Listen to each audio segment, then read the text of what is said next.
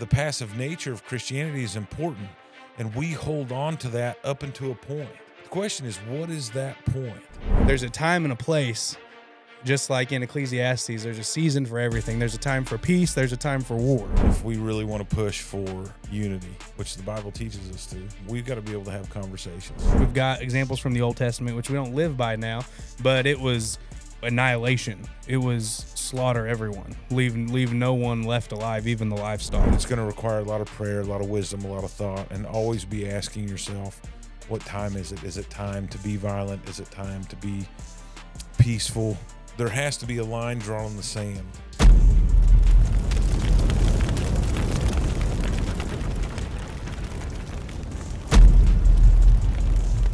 Welcome, everybody, to, I guess it's episode 2 or step 2 to our journey of internet stardom and celebrity. We're on our way. We're getting closer to living out my dreams as a televangelist. Yeah. I had some criticisms the first time, or after our first podcast. My wife got a hold of it. And so if you notice, I've got a baby beard now. All right. Yeah. It's not a bad look. She felt I needed a little bit of a beard trim. I took my glasses off so I could look younger and cooler, and hopefully that works. Yeah. I'm not allowed to put my hand in front of my face like John Cena this time. And so if you see my hands going up, because I don't know what to do with them, I don't know what to do with my hands. Just say something, all right? I don't need yelled at again. Apparently, I had some leftovers on my rotundness during the last podcast, and so I've got a clean shirt on this time. Yeah. We're not so hobo today. Yeah. And so I brought my fridge cigarette, so I'll go ahead and give the old fridge cigs, what we call them in Texas. Yeah. That's not a Coors Light, just so you know, because we are in the church building Coors right Light's now. honestly probably better for you than a Diet Coke. Yeah. But the last podcast, Keenan, man, it was kind of weird for me because talking about yourself is like the hardest thing to do. So I'm kind of like excited about today. To be able to tackle our first topic. Hold on, I noticed that you changed your shoes too this time. Well, the boots looked really good on camera last time, and I felt because I had on like my brown diabetic friendly shoes that I needed to match your energy a little bit. Yeah, and then fair enough. And then I was sitting like this, and I was sitting there and I was picking at the soles of them, playing them like a guitar the whole time while we were recording. And my wife's like, "Why are you playing with your shoe?" I'm like, "I don't know what I'm doing." This is my first time. Leave me alone. I have no clue what I'm doing. But no, so today we decided we're going to talk about the idea of like pacifism, Christian pacifism, and versus what I guess Christian violence would be the Is violence actually the answer? Yeah. Can we put a big red cross on our chest and say God wills it and go to war? Yeah. Is that something that is okay? And I think it's a pretty good topic for today because the world is like on fire right now. Oh, everywhere. I mean, it wasn't too long ago like we bombed Iran. Mm-hmm. Iran. Israel just announced that they're annexing Gaza. Like they're taking it. Like it belongs to us now. No more two-state solution or anything like that. They've been at war with Iran, Syria. We've been at war with the Houthis. Everything that's going on in Ukraine right now, India, which was one of our biggest military allies and economic allies, they were fighting with Pakistan, and now they're selling their oil to Russia, and they're kind of leaning towards Russia and China all of a sudden. Everything's popping off in Europe right now. We're building up troops on the border of Belarus and Poland. And everybody's because just kind of what's going on there? I haven't even heard about Russia. It's okay. Russia's making not so veiled threats against NATO, and we've moved nuclear subs into the region, and so like everything is like World War III has started. Just nobody's officially said it yet, right? Yeah. And China's staging to take Taiwan. Oh. And that's, we have a defensive pact with them. Yeah. And so if that's going to require a military response from us, then you got old North Korea doing North Korea things. Per And usual. so even like Cambodia and Thailand are popping off, Oh. and they border Vietnam. Like you have Vietnam and Cambodia and Thailand, and they're popping off right now. And so everything is just like at this boiling point. And not even at a boiling point. Like people are already dying by the hundreds of thousands. The UK just put out a report where Russia's had over 1 million casualties in this Ukraine war. Really? That is wild. In World War II, we had a little over 200,000 American casualties. And so they've already lost 5 times as many people in this Ukrainian war than we lost in all of World War II, both in the European and the Pacific theaters. And so war is happening, like it's boiling up. We're not talking about some obscure war in some far-flung place. Like the whole world seems to be on fire right now. And there's this big question, how does a Christian respond to that? What do we do?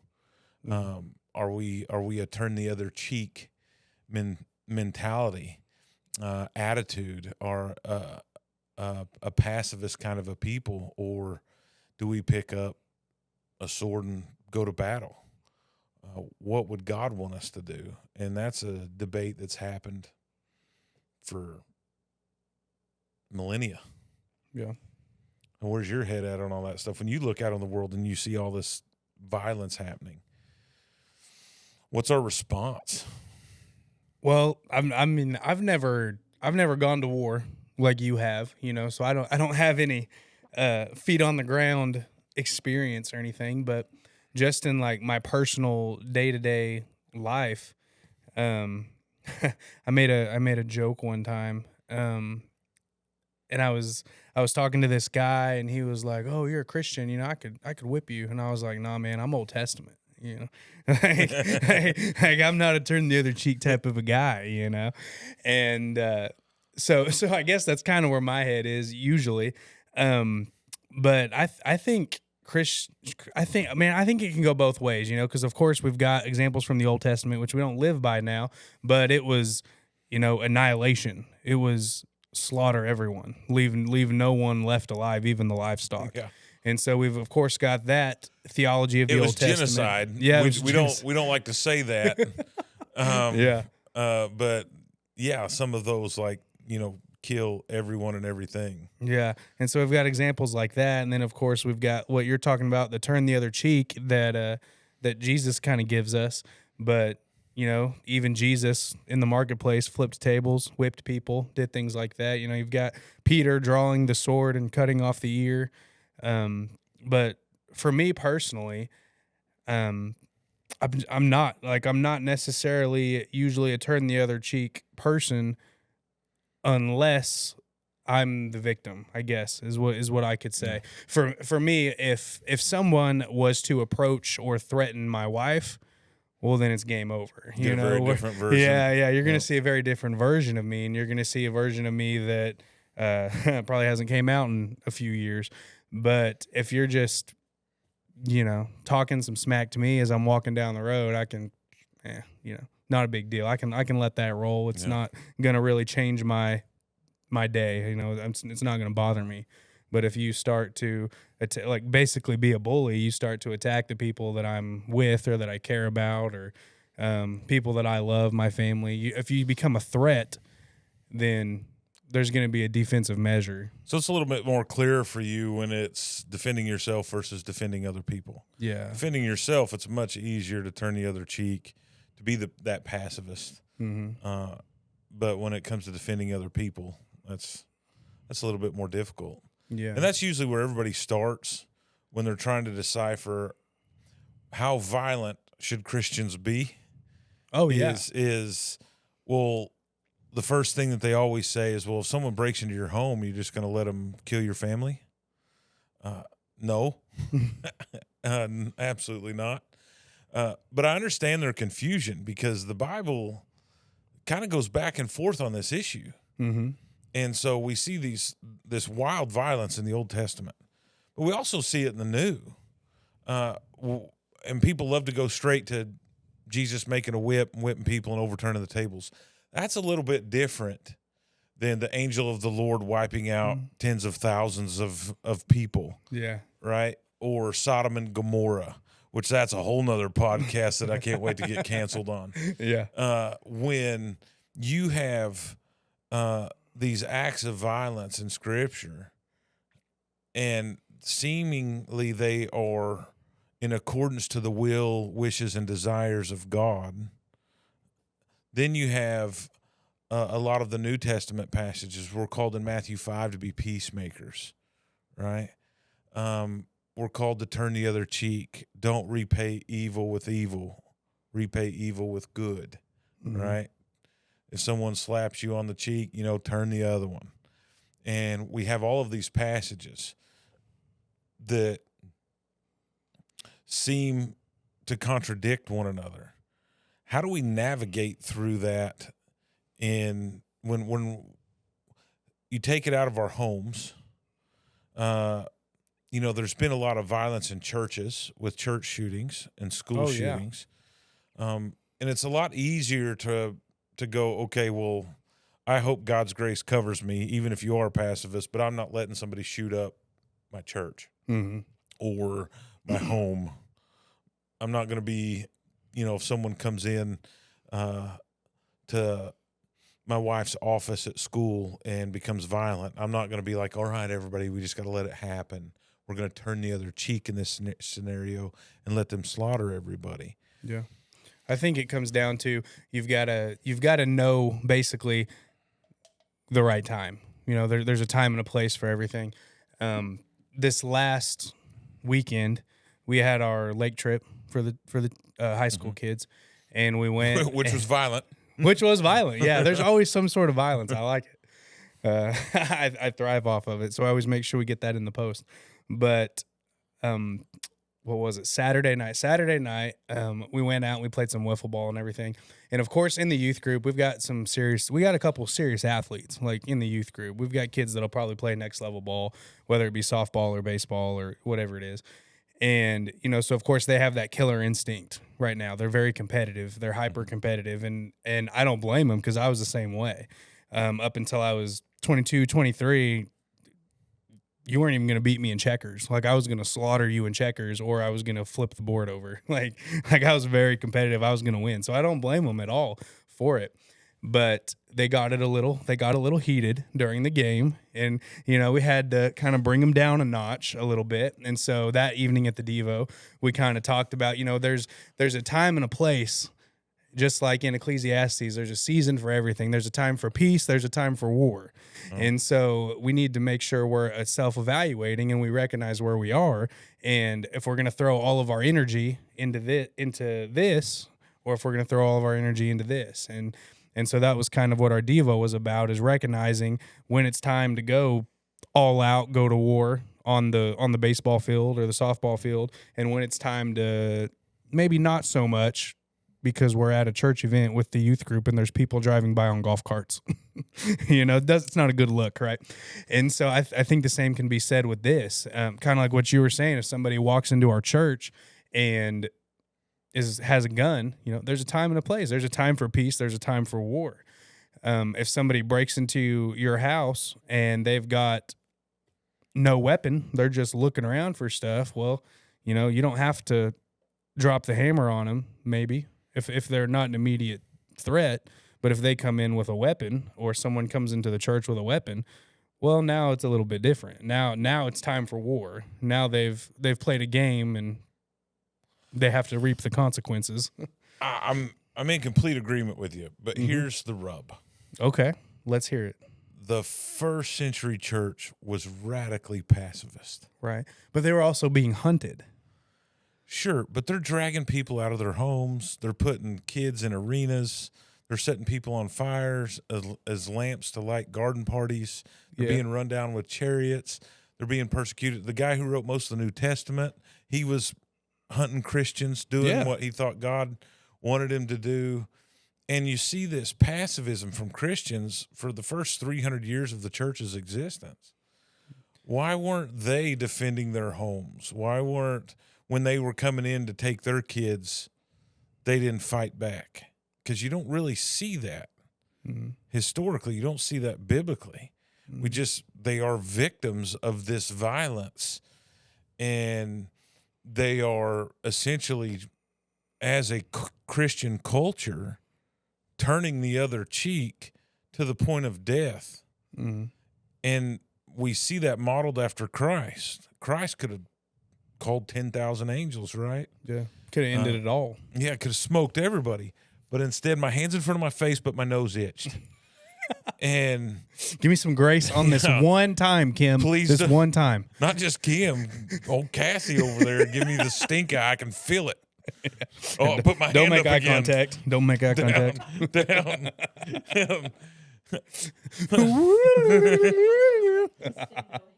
An extendo hand. Yeah.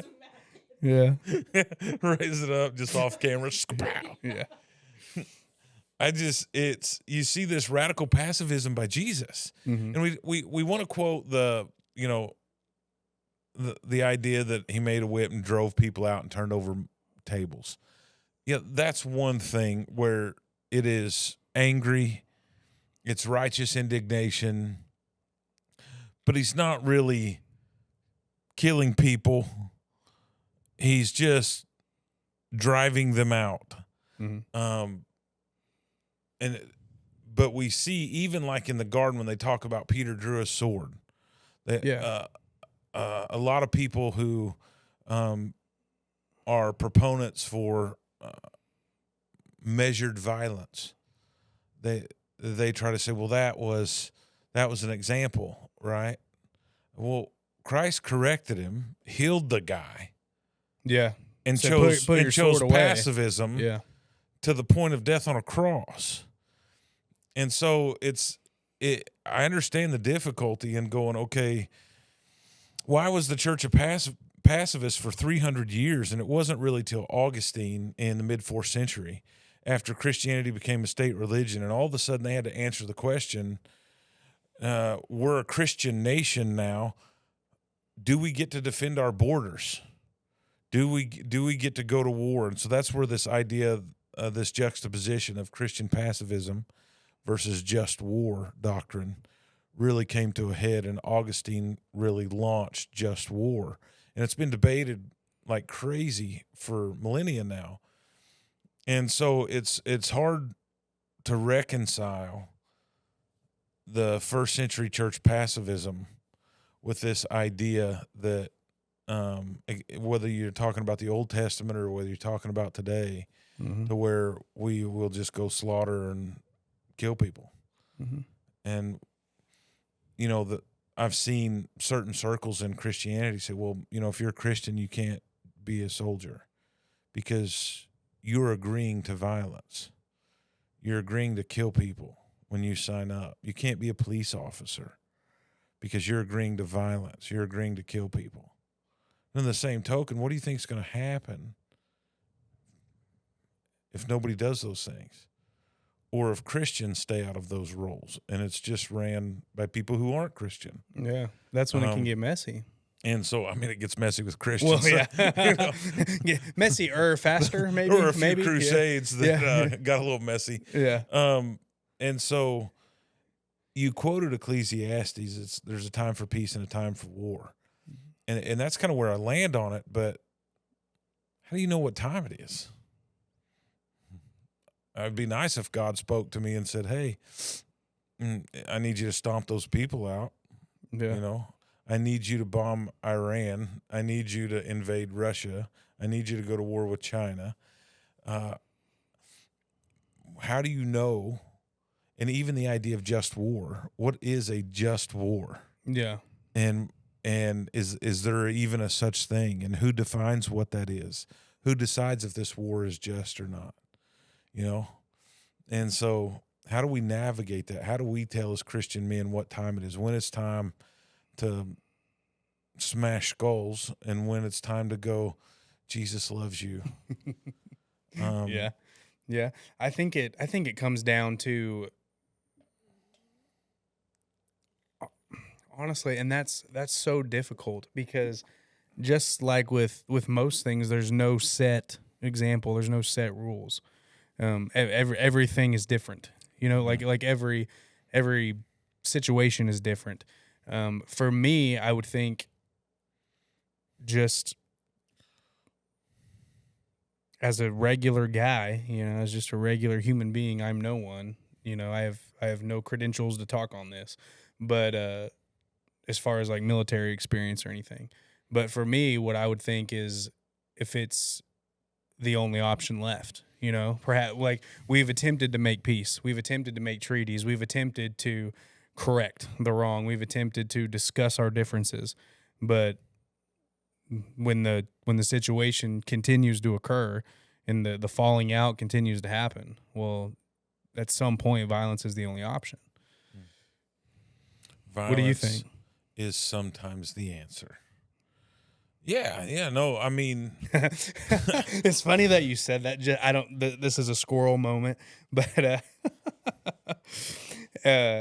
when I was growing up, playing sports, we had a saying that violence is always the answer, but the question is when, But I don't know. That was a squirrel moment just popped not into my if, head. but when. Yeah, not if, but when. Exactly. I think as Christians there should be an if in there too. Yeah. Is violence the answer?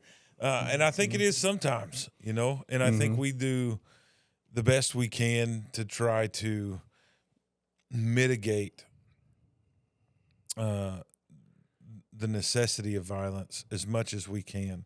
I think at our core we're supposed to be peacemakers. And I'm going to try to make peace with anybody that I can. But there has to be a line drawn in the sand that says no further. And we see God do this. And we are made in the image of God. And we even see this in the New Testament, these lines being crossed. There's lots of New Testament passages even that support just war. I've got a couple here. Luke 22:36. Let the one who has no sword sell his cloak and buy one. Romans 13:3-4. For rulers are not a terror to good conduct, but to bad. He does not bear the sword in vain, for he is a servant of God, an avenger who carries out God's wrath on the wrongdoer. So this idea that he's not bearing the sword in vain, and he's a servant of God, an avenger who carries out God's wrath on the wrongdoer. This is in Romans. Hebrews 11:32-34, talking about Gideon and Barak and Samson, who through faith conquered kingdoms, became mighty in war, put foreign armies to flight. And then Revelation 19:11-16, then I saw heaven open, and behold, a white horse. And the one sitting on it is called Faithful and True. And in righteousness he judges and makes war. From his mouth comes a sharp sword. There's plenty of Old Testament just war passages. That's where it really flips. The Lord is a man of war. I just taught this in my Exodus class. The Lord is a man of war. Yeah. In Exodus 15, and the Lord is his name, and Yahweh is his name. Deuteronomy 20:1, when you go out to war against your enemies, do not be afraid of them, for the Lord your God is with you. In 1 Samuel 17, you come to me with a sword, but I come to you in the name of the Lord. The battle is the Lord. Blessed be the Lord, my rock, in Psalm 144:1, who trains my hands for war and my fingers for battle. And so there's lots of passages that support violence. And we shy away from those things because we want Christianity to be a passive religion. And I think the passive nature of Christianity is important, and we hold on to that up until a point. The question is, what is that point? And who determines what it is? Yeah. Because it's not really clear in Scripture. And it's not really clear.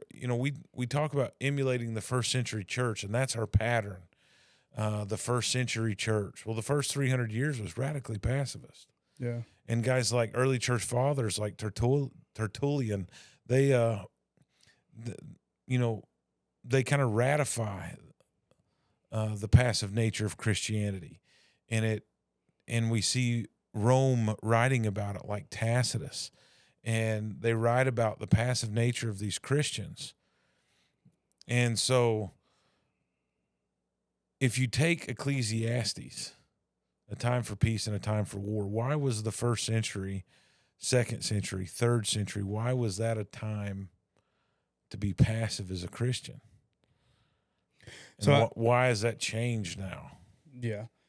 So I mean, this was just a thought, and I'm bound to lose it if I don't say it now. So, but even in Ephesians chapter 6, when it talks about the armor of God, so God is expecting us to step into a war zone, and of course in Ephesians he's talking a spiritual war, but we have things like the Great Commission, we have things like, I mean, the entire New Testament that tells us, to go together, to be together, to help each other, to pray for each other, to do things like that.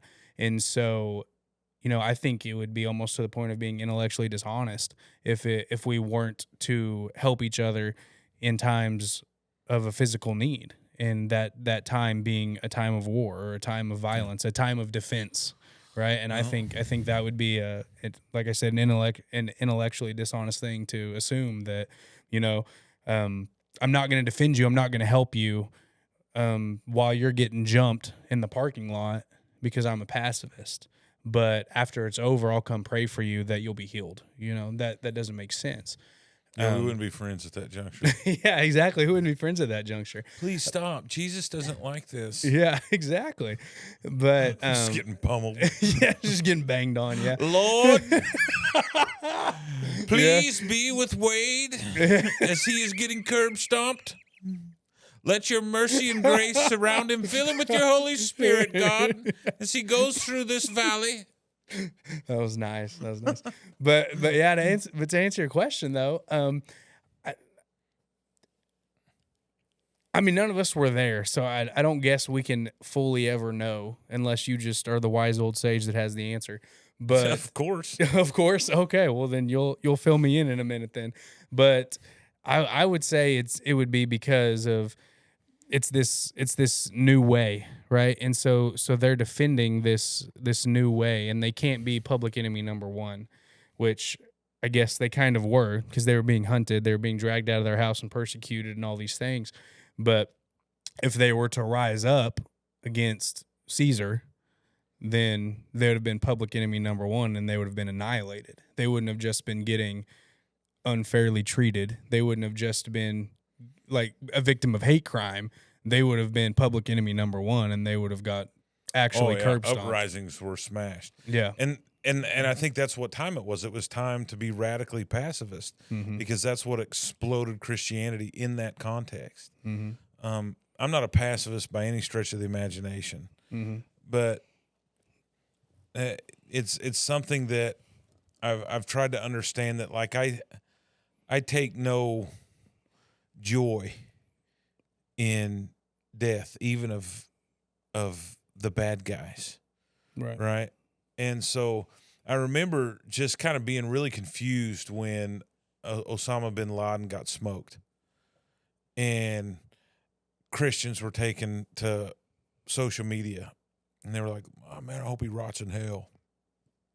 And I'm not sure that the angels were rejoicing, because as a radical Christian, I think God loved Osama bin Laden. Yeah. And that's going to upset some folks. And I don't think God was like, hey, yeah, straight to hell with that guy. High five, angels. I don't think that's what it was. I don't think there was rejoicing in heaven because he died.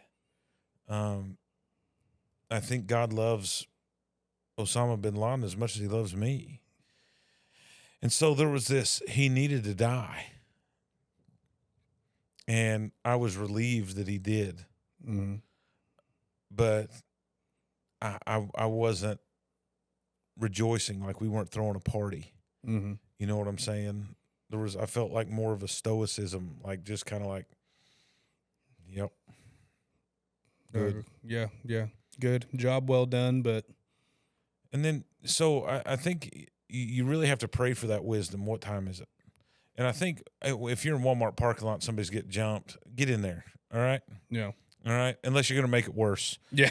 Then Unless you can't fight, then don't. Yeah. And we can talk about the responsibility in a minute that I think every man needs to have to where he has the ability to be violent. Yeah. But I think it's something like when we're looking at the world stage and the world is on fire and trying to figure out, is this war just or not? What do we need to be doing as Christian men and women as far as this massively scaled up violence that is happening now? And I think it's going to require a lot of prayer, a lot of wisdom, a lot of thought, and always be asking yourself, what time is it? Is it time to be violent? Is it time to be peaceful? I'm going to try to de-escalate, one, because I'm old and I don't want to get beat up. So I'm going to try to de-escalate as much as possible. You don't bounce back as quick. Yeah, no.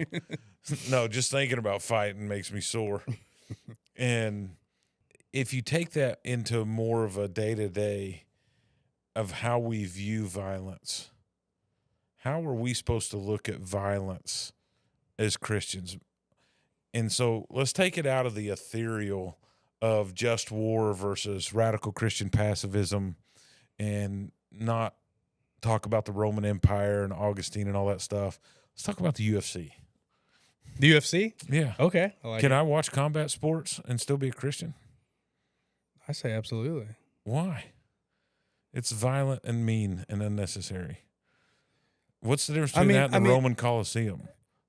A sword? Well, I mean, there's not one, but what's the difference between that and the NFL or anything else? I mean, yeah, I'll go there. Yeah, I mean, it's, CTE's a thing right now. Yeah, I mean, anything that is a contact sport. I mean, we can go to violent. NASCAR. Yeah, right? yeah. I mean, I people watch die in NASCAR for one reason: the crashes. The crashes. Exactly. That's it. Yeah. Nobody wants to watch 250 laps of. They want to see fires and explosions and violence. Yeah. So how do we view violence as a Christian? Are we be like, yeah, violence is great, or we be like, hey, you shouldn't watch that. You shouldn't watch those movies. You shouldn't watch the UFC. You shouldn't watch boxing, that kind of thing. 'Cause people die in those things. Oh yeah. Competitive cheerleading. Yeah. Has way more catastrophic injuries than the UFC. Even it's like the most dangerous sport out there. Mm-hmm. Yeah, absolutely. Like people have died doing competitive cheerleading.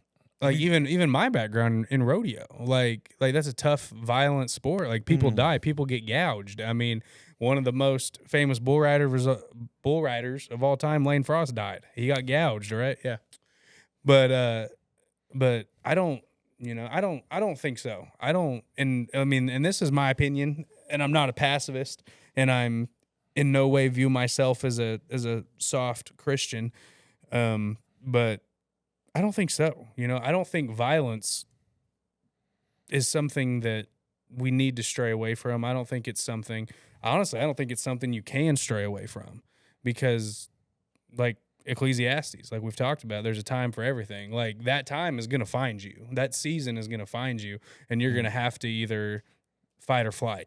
Like you're going to have to experience it at some point. And so to me, if it's a normal thing, then it's when that season arrives, I've got reps. Yeah, I mean, violence is just awesome. It just well, let's be honest. There's a reason I'm wearing a hockey jersey. Yeah. I mean, come on. I just watch Happy Gilmore too. That's why I'm actually wearing it. Yeah. I've just been thinking. I was hoping that was going to come up at some point. Like, what's the deal with the Bruins hockey jersey? It's that movie is so great. Like his four sons, dude. I don't know. Have you seen Happy Gilmore 2 yet? Yeah. Oh my goodness, his four sons just meet hits. They're just fighting all the time, beating each other all the time. Yeah. But I mean, if you say the Christian, can't enjoy violence, then that means that I can't get in the floor with my 4-year-old son and wrestle around and beat the fire out of each other. Yeah. Because Moose and I got violent. I try to stray away from that now because he could hurt me very badly. Yeah, Moose is a boxer. Yeah. Yeah. And so it's, I think there's different types of violence. Mm-hmm. anything can be violent. My daughters are violent. Like, we'll horse around, and Shaylee will go straight to like full contact. Like, I'm like, you need to settle down, because I can't beat her up like I do Moose,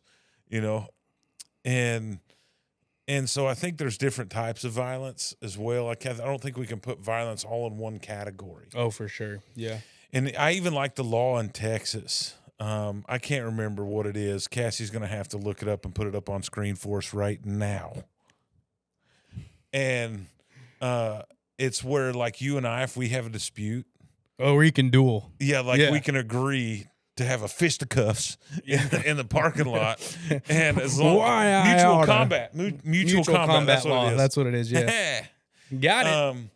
And two guys can just duke it out, as long as there's not like serious bodily harm. Yeah. Like, I'm not soccer kicking your brain out of your head. Then it's like, all right, you guys you're are good. No, and it's completely legal in Texas. Mutual combat. I love that. And I know that, we try to put violence, like when you're talking about trench warfare in World War I, in the same context as my son being a competitive boxer when he was a kid. Those two things aren't the same. Yeah. And even like UFC, which is way safer than boxing, causes way less permanent damage than boxing does. But it's always gets put as more violent because there's blood. Yeah. At least more frequently. I don't think violence, in a sense, in and of itself, is a bad thing. Even there's studies out there that show that dads who horseplay with their kids and boys who horseplay with each other grow up, become more well-adjusted in adulthood than those who don't, as far as being emotionally in control and that kind of thing. It's like what you talked about at the lake house. A couple kids get mad over a game of checkers, want to throw hands, and it's a learning experience for them.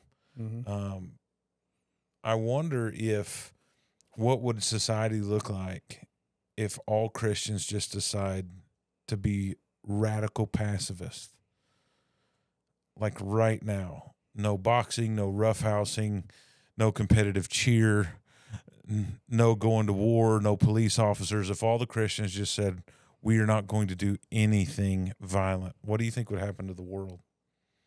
We would get annihilated within a week. It would become very violent. It would become radically Islamic very, very fast. Oh, 100%. Yeah. The radical Islams, they thrive in war and chaos, and that's what they're taught to do is violence. If you want a if you can't defend yourself, then if you want a North Texan Christian preacher to be pro-Islam, and that's what you expect in this channel, you're at the wrong place. All right. We've got a military vet right here. I don't think it's going to happen. Yeah. No, it's not even that, man. It's just that Islam is awful. And that can offend whoever it needs to offend. And it will. Good. Good. And we can. And that's the ground I stand on. And we can have that for a whole nother podcast. Yeah. We just have so many ideas for podcasts. Yeah. We'll have an apologetics podcast where we defend ourselves against Islam or something else. Yeah. The thing is people are so radically offended, and just talking about it, just mentioning that right now, makes people upset and want to be violent. Exactly. And it makes them want to be violent. Yeah. And that's the Christian perspective that we have to be careful of, because just because somebody's using words that we don't like, or making fun of us, or disagreeing with us, I don't think that's a time to go to war. Yeah. And I think that's the difference, is people will kill over words. Other religions, Islam, will kill over words or cartoons. And that's not the way of Christ. Is someone can have an opinion, and God can take care of himself, Yeah. If someone wants to blaspheme or mock God, I'm not trying to cut throats. Yeah, because he'll take care of it. Yeah, got to handle it. Yeah, you know, Yeah. And he had just, I mean, within the last few years, he has multiple times. You saw, I don't remember what the parade was. I wish I would have looked it up, but of course I didn't know we were going to be here in the conversation. But there's that parade in Brazil, and it was a complete mockery of God. And the next day, the entire town was underwater. And then, so I mean, it's, God, Is God's that correlation or causation? I'm not sure, but like, I don't want to be standing next to somebody who's mocking God. I'd like to have at least 30 just in yards. case lightning starts to brew. And that's the thing, man, is if you disagree with me, I don't think you hate me, and I don't think that you want to harm me. Mm-hmm. And that's kind of a lot of doctrines around different political groups, identity politics, whether you're talking about blue or red, whether you're talking about the LGBTQ, whether you're talking about transgenders and all the things around that.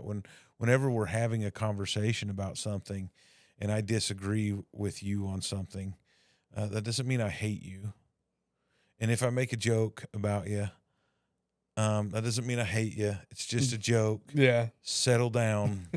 All right. Take a chill pill. It's fine. But people are so quick to violence and quick to anger, and the Bible vehemently speaks against that. And we have to take a step back and realize our first mission is to be peacemakers. And I try to keep that at the front.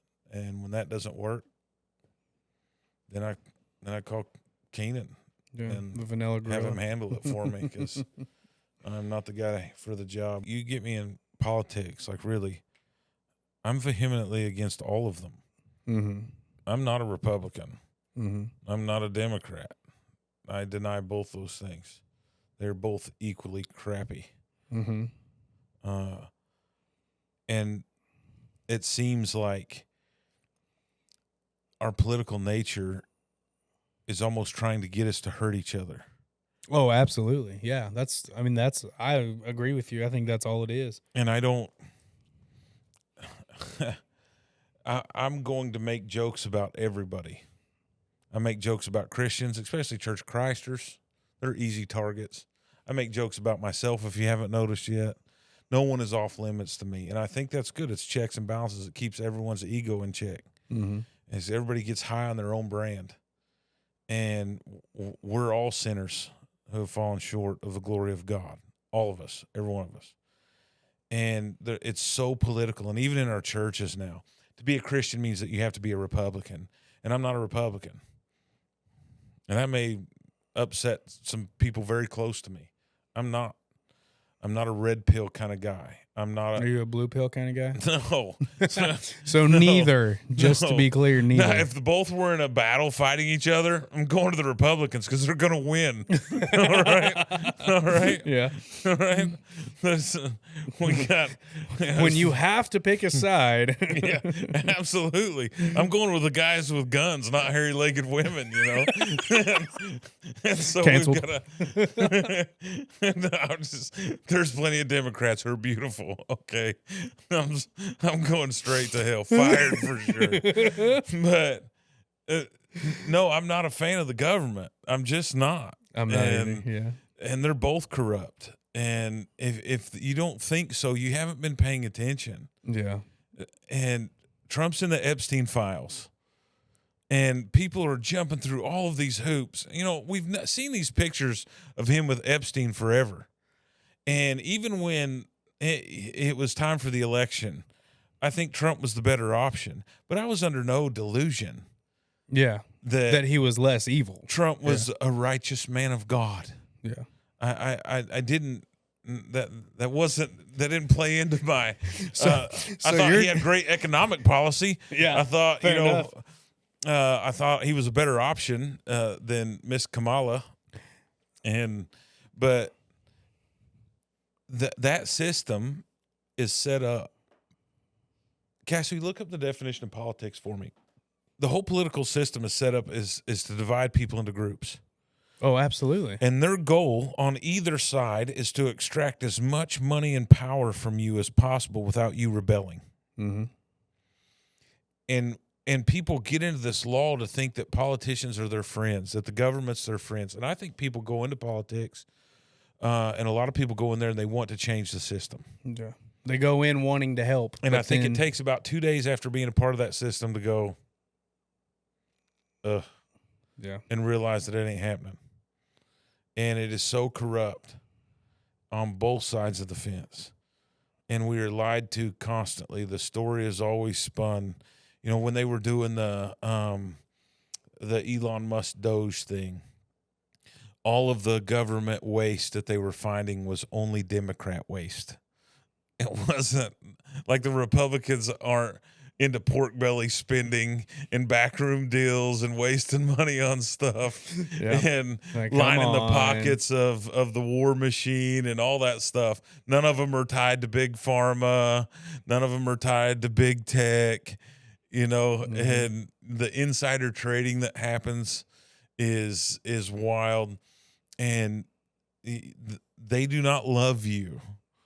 And I don't believe that. And people on both sides of the aisles get mad at me because the Republicans all think, well, he must be a liberal. And all the Democrats are like, well, he must be a conservative. And they're always trying to put a label on your forehead, and the government's done that to us. Oh, absolutely. Is we're trying to, I want to figure out where you stand. And you see that in religion, you see that in politics. I want to know what you believe so I can identify whether or not you are a friend or foe. And that division that it puts on society and a people results in violence and protest and cities being burned. We've seen that. Oh, yeah, absolutely. I mean, like Abraham Lincoln gets most of the recognition for the quote, "A house divided against itself cannot stand." But I mean, that comes out of the Bible, and that's exactly what you have in the government is just a constant division of people. The Bible preaches unity, and the government demands division, and that's how it survives, especially in a two-party system. Oh yeah, is they're always going to tell you what you want to hear. The Bible talks about people will gather to themselves teachers and preachers that tickle their ears, right? That tell them what they want to hear. And that's what a politician does. Is it's going to use the language that panders to you, so you will surrender your vote to them to give them power, so they can continue to extract from you taxes and loyalty. And I don't like either one of it. And I think all of it leads to violence. And I wish we had a system to where we could actually have dialogue. But people are so wound up politically and religiously. Just saying something like LGBTQIA plus or alphabet mafia, or telling someone that they're toxically conservative or a Trumper. Yeah. Or oh, you must be a MAGA goofball. You know, anything like that, boy, they're just like, you know, just ready to Hulk out. And I'm like, calm down, right? Just calm down. Yeah. What do you actually think and even believe in? Just go fishing. Just go fishing. Yeah. And the people get so livid about politics and policy and all of this stuff, and I wish they could just take a 30,000-foot view and understand that whether you're Democrat or Republican, whether you're an atheist or a believer, that we're all humans and we're all just trying to live good, fulfilled lives. And I disagree with almost everybody on everything, which probably means I'm wrong all the time. But this division always leads to conflict. And then the highest levels of conflict, when you get to the highest levels of conflict, result in violence. And so division is always going to drive us towards violence. And that's where I think Christians should be peacemakers. And I think that's the call where we're looking for unity. And if I can avoid violence and bring unity, that's my first calling.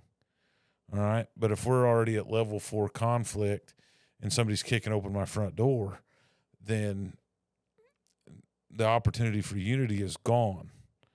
And so I think that's part of how I tell what time it is can I still rescue some sort of unity and cohesion with my brothers, however diverse they are, however they sin differently than I do. I don't have malice in my heart for anybody. Ecclesiastes chapter 1, where it says everything is meaningless. Nothing matters. It's all for nothing. It's all meaningless. And I think that's a great way to kind of tie into what you're saying is, if the world is constantly in division over irrelevant things that don't matter. Like, yeah, I'm a Democrat, I'm a Republican because of this, because of this, because of this. Or we have division because of this, because of this. Yep. It's all meaningless. It doesn't matter whatsoever in the grand scheme. We're sitting here playing checkers while God's over here playing chess, and we're focused on something that is meaningless and doesn't matter. And so I think if we can get into that mindset of, is this really even a big deal? Like, is this even really an issue? Is this really a big matter that should cause me to need to pick a side? And if we can get into that mindset where everything is meaningless, I think we can have greater unity. Kind of like what you're talking about. Like we'll have a better chance at that unification. Yeah. I don't know, man. I just wish everybody'd shut up and get along. Right. In a perfect world. Yeah. Can we have a nice Christian utopia? Is that possible? Where there's still UFC fighting and NASCAR? It should be like the Amish, except we could be like even more culty and we just need to buy like a ranch somewhere in Montana and start like a cult. So be Mormon? Yeah, and everybody just agree with us. Yeah. So definitely be Mormon. And if Are you they going to change your name to Joseph Smith? We will punish them with violence. So yeah, you're Joseph Smith. Okay. Gotcha. Joseph Smith killed a lot of people, man. I know. The Mormon Crusades, yes. Yeah, the Mormon Wars in Utah. Yeah. That was wild, dude. I forget what show I was watching where, like, I didn't even know that happened like that. And I'd studied, like, church history and world religions and stuff, but it wasn't till, like, recently that I really, like, read up on the Mormon Wars, right? And well, that's because all the church wars happened at the establishment of the first church, and the Mormon Wars happened 100 years ago. They were just like deleting caravans of people, like children, and I mean, that was crazy. Crazy. What a world we live in. Yeah. And I think violence destroys unity. Mm-hmm.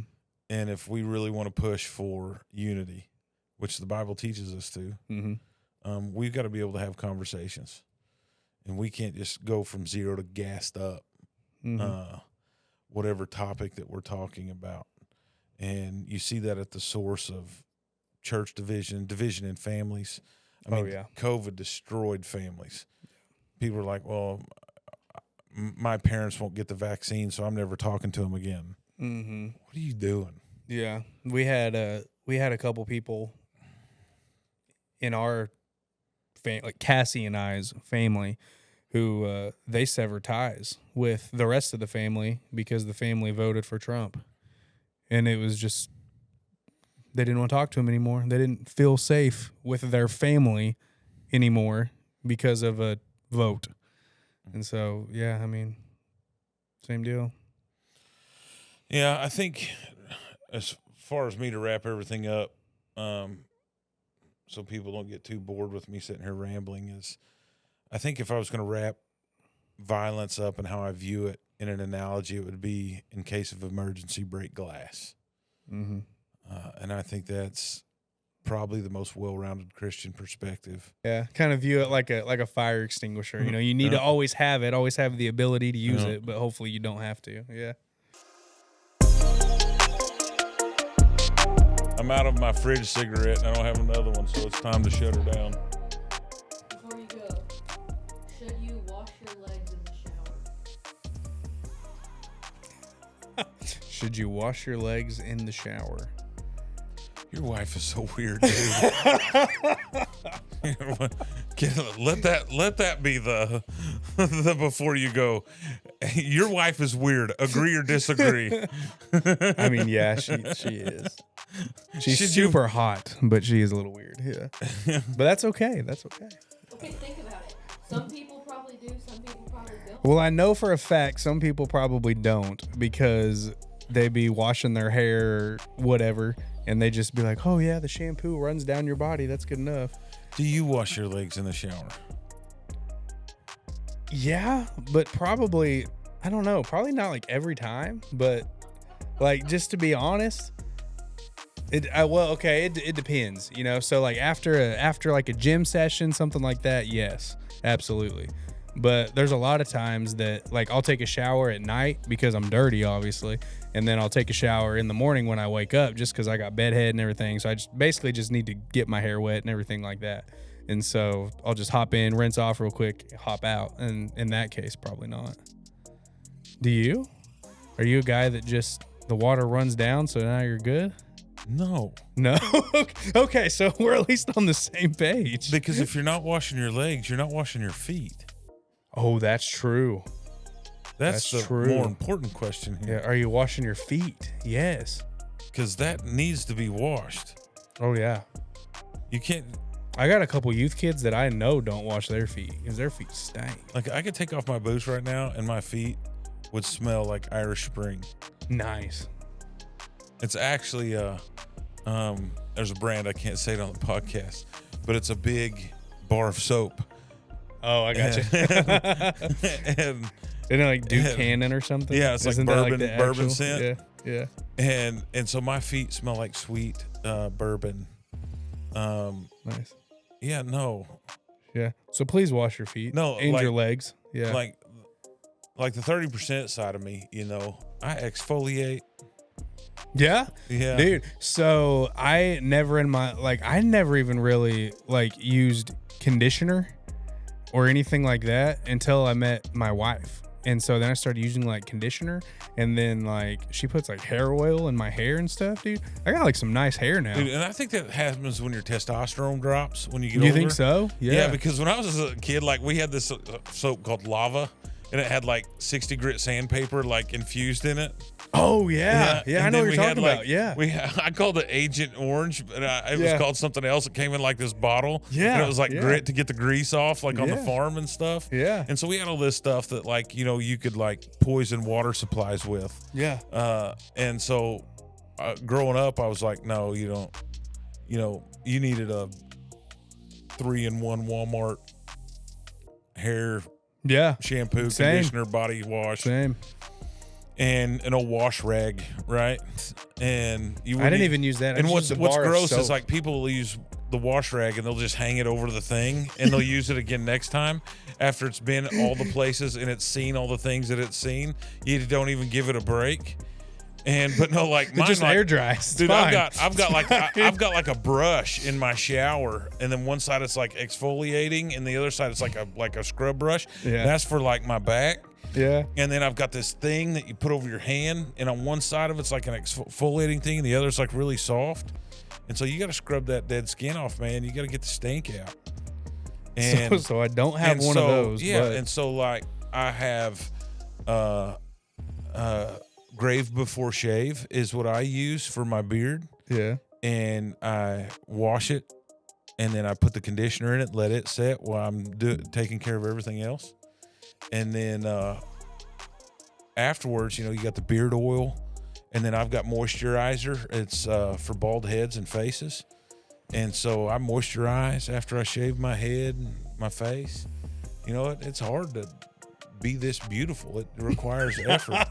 But I think the older you get, like, you're like, you know, especially after you get married and, you know, you go in there and you use your wife's shampoo once, you're like, oh, this is You're like, oh dang, for my hair. this is kind of It's nice. actually kind of okay. It smells good. Yeah. You know? Yeah.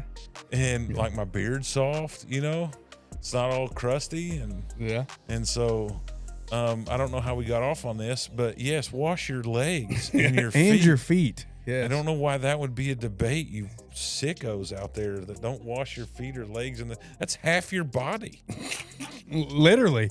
Yeah, that's literally half your body not getting washed. And you're letting the runoff try to take care of it. Yeah. No.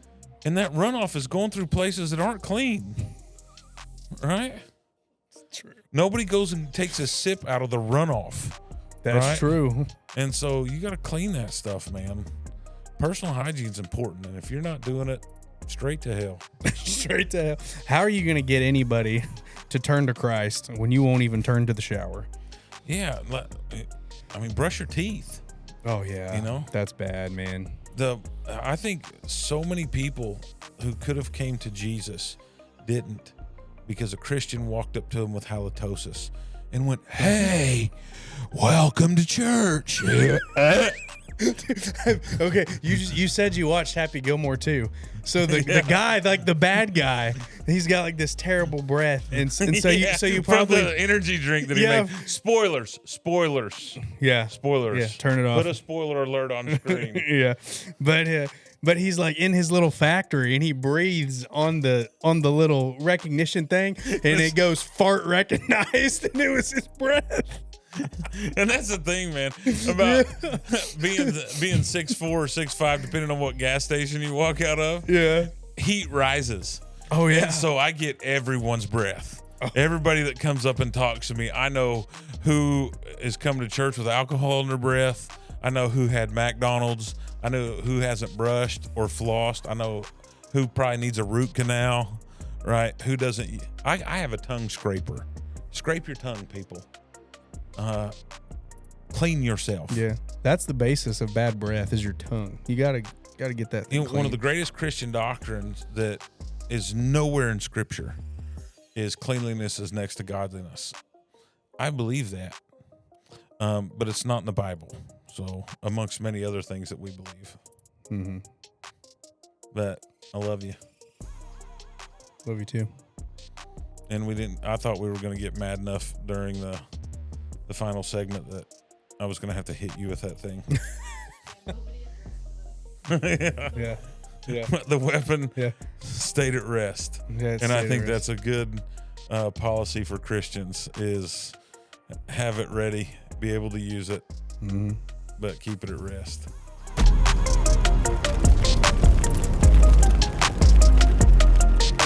Thank you for joining us for our second episode of Axe and Fire. Ring that bell, click subscribe, and if you have any suggestions for us, the best way to let us know is in the comments. I love each and every one of you. Stay out of jail, stay out of trouble, clear up those warrants, and follow Jesus. And wash your feet. Wash your feet.